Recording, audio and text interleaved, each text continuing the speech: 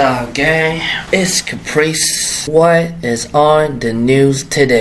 Assalamualaikum warahmatullahi wabarakatuh. Nama saya Ahmad Najmi bin Ahmad Nazri. ID pelajar 2020.09.079 di HUMY.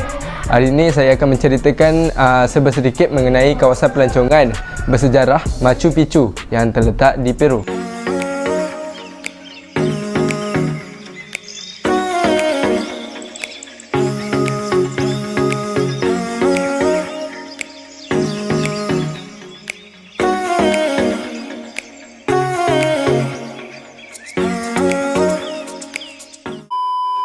Pertama sekali, saya akan menceritakan sedikit tentang sejarah Machu Picchu. Pada 24 Julai 1911, ahli arkeologi Amerika Syarikat iaitu Hiram Bingham telah menemukan runtuhan Machu Picchu, sebuah perkampungan Inca kuno yang terletak di Peru, yang kini menjadi salah satu destinasi pelancongan bersejarah yang terkenal di dunia.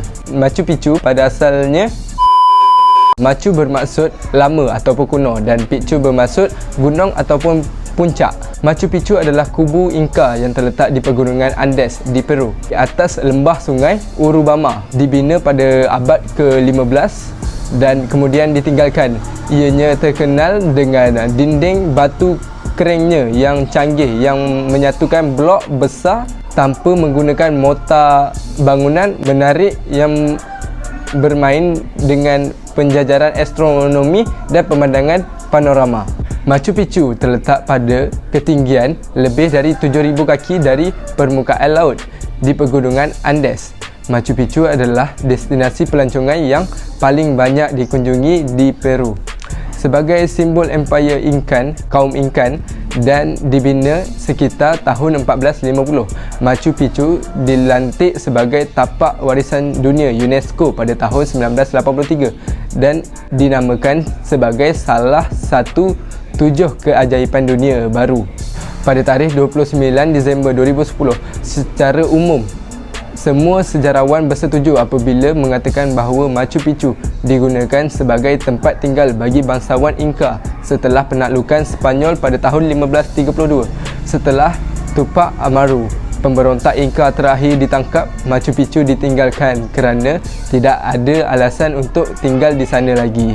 Yang menariknya dari tempat ini adalah setiap batu dipotong dengan tepat sehingga dapat disatukan dengan rapat sehingga tidak diperlukan mortar untuk menjaga dinding supaya tetap berdiri. Pada abad ke-16, orang Sepanyol muncul di Amerika Selatan.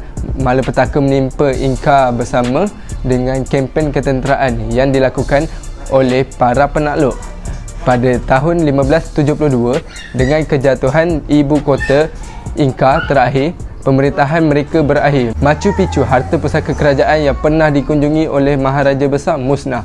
Seterusnya, bagi sesiapa yang berminat untuk melancong ke Machu Picchu, saya akan menerangkan beberapa senarai aktiviti yang akan dilakukan, yang selalu pelancong-pelancong apabila datang ke Machu Picchu, diorang akan lakukan ini. Sebab benda ni kira tak ada kat tempat lain, ada dekat Machu Picchu je. Perkara pertama yang boleh dilakukan di Machu Picchu adalah mendaki ke puncak Machu Picchu. Sekiranya anda merasa sangat bertenaga atau anda hanya ingin mengalahkan orang ramai, anda boleh menaiki Machu Picchu. Laluannya lebih lurus daripada jika anda menaiki bas dan bergantung pada seberapa cepat anda pergi. Anda akan mengambil masa antara 1 hingga 3 jam untuk sampai ke puncak Machu Picchu. Yang kedua, lihat matahari terbit di Machu Picchu. Menonton matahari terbit adalah perkara utama yang harus dilakukan di Machu Picchu.